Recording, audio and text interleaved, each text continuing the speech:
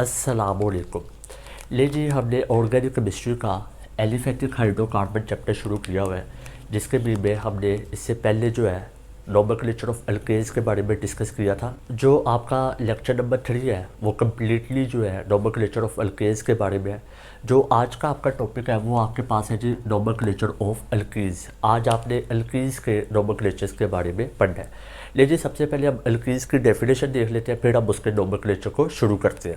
ले जी आपके पास definition of alkenes है। एल्कीन्स की डेफिनेशन को डिस्कस करते हैं। एल्कीन्स किसको कहते हैं? दोज हाइड्रोकार्बन, आपको पता है हाइड्रोकार्बन जो आपके पास होते हैं, ये हाइड्रोकार्बन भी आपके पास क्या होते हैं? ऑर्गेनिक कंपाउंड्स होते हैं। ये हाइड्रोकार्बन्स भी आपके पास ऑर्गेनिक कंपाउंड होते हैं, लेकिन ये ऐसे ऑर्गेनिक कंपाउंड होते हैं जिसके बीच में सिर्फ और सिर्फ क्या होता है? हाइड्रो का मतलब हाइड्रोजन, कार्बन का मतलब कार्बन। ऐसे ऑर्गेनिक कंपाउंड जिसके बीच में सिर्फ हाइड्रोजन और कार्बन हो उसको हम कहते होते हैं हाइड्रोकार्बन। तो एल्कीन्स की जहाँ पे क्या डेफिनेशन है? दोज हाइड्रोकार्बन, ऐसे हाइड्रोकार्बन या ऐसे ऑर्गेनिक कंपाउंड विच कंटेन्स, जिसके बीच में कार्बन कार्बन डबल बॉन्ड हो। ऐसे ऑर्गेनिक कंपाउंड, ऐसे हाइड्रोकार्बन जिनके बीच में कार्बन और कार्बन के दरमियान डबल बॉन्ड हो, उसको हम कहते होते हैं एल्कीन्स। क्लियर होगी बात? उसके बाद आपके पास आ जाता है जनरल फार्मूला ऑफ एल्कीन।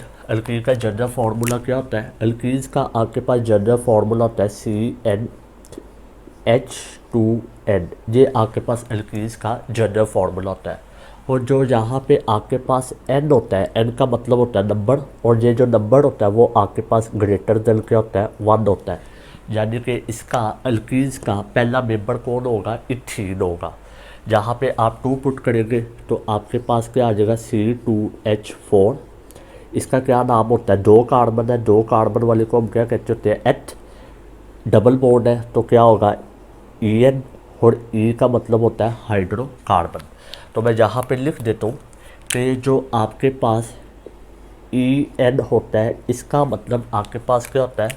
इसका मतलब आपके पास होता है कि डबल बॉन्ड है। किसके दरमियान डबल बॉन्ड है? कार्बन और कार्बन के दरमियान डबल बॉन्ड। ठीक हो गया। और जो आपके पास यहाँ पे ई लिखा होगा, ये वाला ई, इसका मतलब आपके पास होता है हाइड्रोकार्बन्स। क्लियर होगी बात? तो अगर मैं यहाँ पे तीसरा मेंबर निकालूँ प्रोपीन, तो उसका क्या होगा? C3H6। टोटल कितने कार्बन है? 3 कार्बन है। तो क्या होगा? प्रोप। प्रोप का मतलब होता है 3 कार्बन, इनके दरमियान डबल बॉन्ड है तो En आ जाएगा। हो जाए हाइड्रोकार्बन है तो क्या आ जाएगा? E। तो प्रोपीन इसका नाम होगा। और अगर मैं इसका स्ट्रक्चरल फार्मूला लिखूँ तो आपके पास स्ट्रक्चरल फार्मूला इसका होगा, ये आपने 3 कार्बन लिख ले लिया।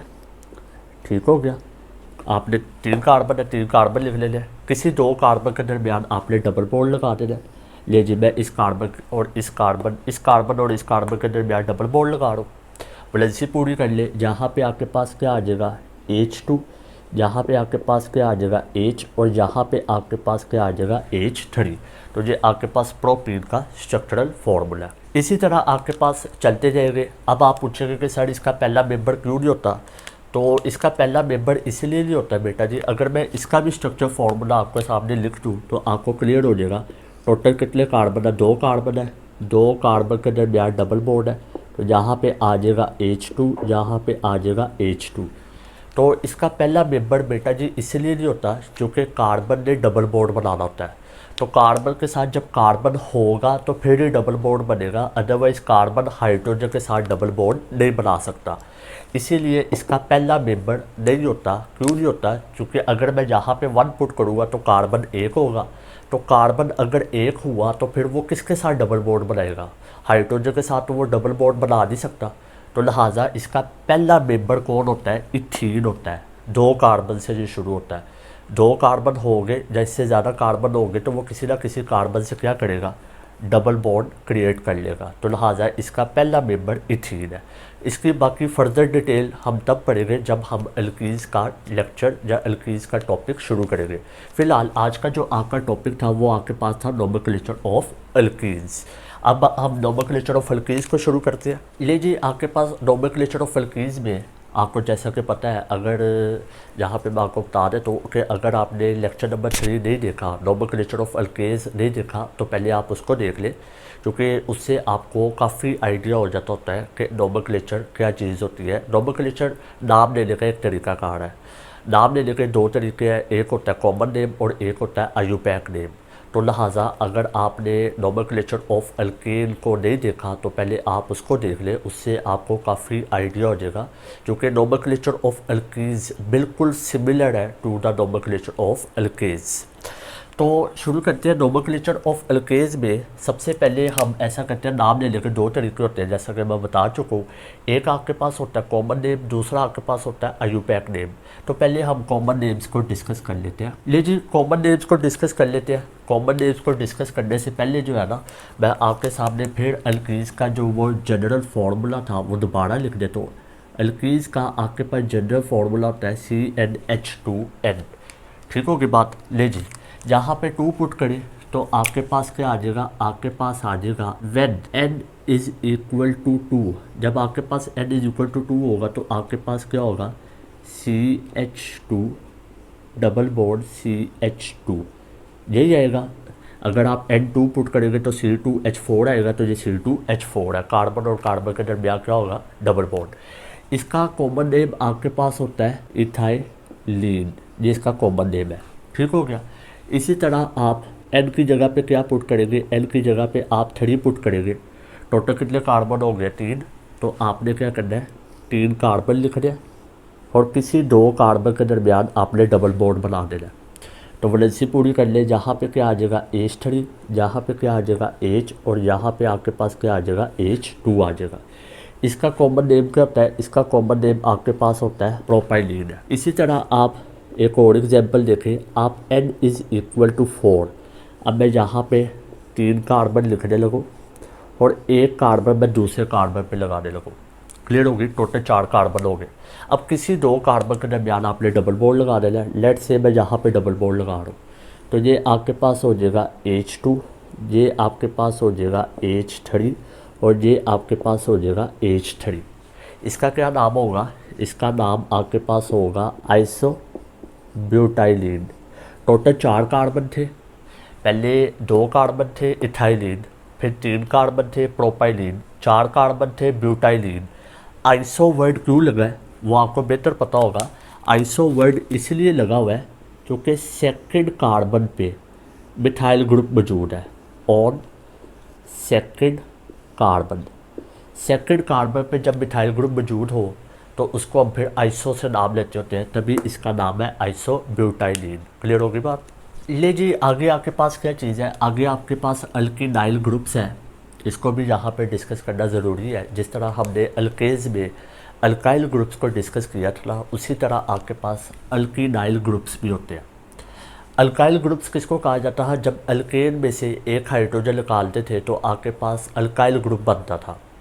इसी तरह जब अल्कीज में से एक हाइड्रोजन को जब आप रिमूव करेंगे तो आपके पास अल्किनाइल ग्रुप्स बनेंगे। चलिए देखिएगा, an alkynyl groups is obtained when 1 hydrogen atom is removed from अल्कीज।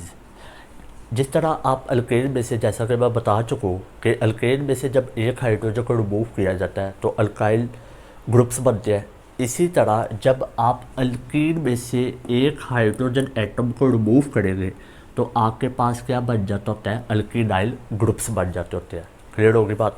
तो अब जहाँ पे हम ऐसा करते हैं, अल्किनाइल ग्रुप्स का जो है ना नोमेनक्लेचर देखते हैं। अल्किनाइल ग्रुप्स का नाम लेने का तरीकाकार ये है कि आपके पास क्या होगा, आपके पास होगा अल्कीन, आपने अल्कीन में से ई को बाहर निकालना है और YL को ऐड कर देना, तो आपके पास क्या बन जाएगा, आपके पास बन जाएगा अल्किनाइल।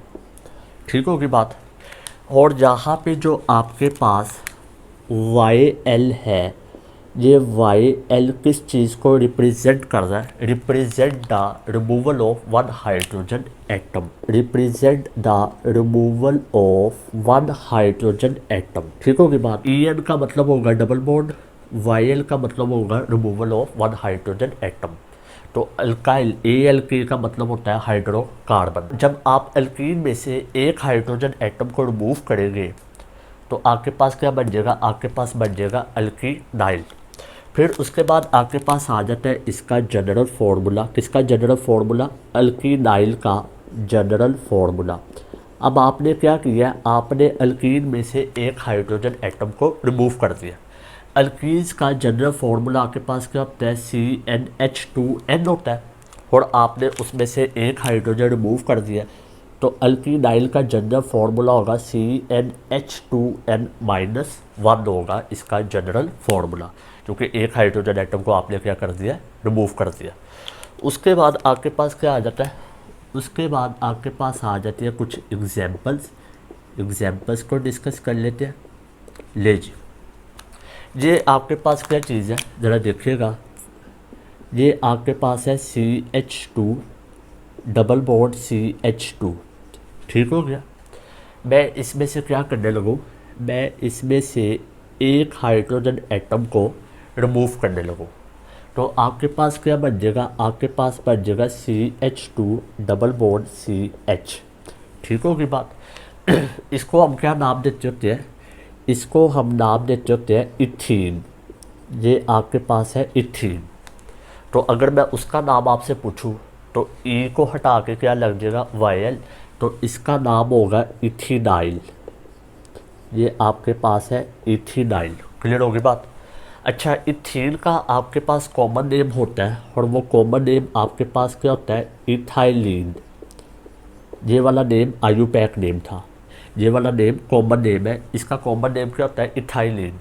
इसी तरह CH2 डबल बॉन्ड CH का भी कॉमन नेम होता है, और उसको हम कहते होते हैं विनाइल, क्लियर होगी बात। तो ये आपने ये चीज़ याद रखनी है कि विनाइल ग्रुप किसको कहते हैं, विनाइल ग्रुप कहते हैं CH2 डबल बॉन्ड CH को हम क्या नाम देते होते हैं, विनाइल। विनाइल कॉमन नेम है किसका, इथीनाइल का।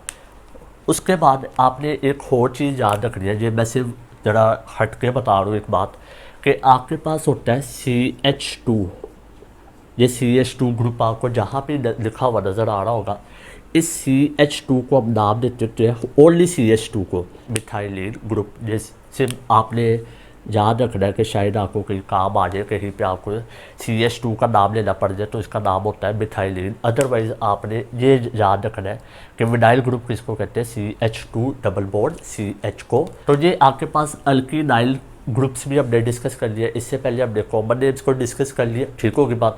फिर हमने अल्कीनाइल ग्रुप्स को डिस्कस कर लिया, और उनके कॉमन नेम को भी हमने डिस्कस कर लिया। तो ये आज का आपका लेक्चर था। इससे अगले लेक्चर में अब हम नोमेनक्लेचर ऑफ अल्कीन्स का आयुपैक नेम लेना सीखेंगे। तो तब तक के लिए अपना ख्याल रखिएगा। अल्लाह हाफिज़।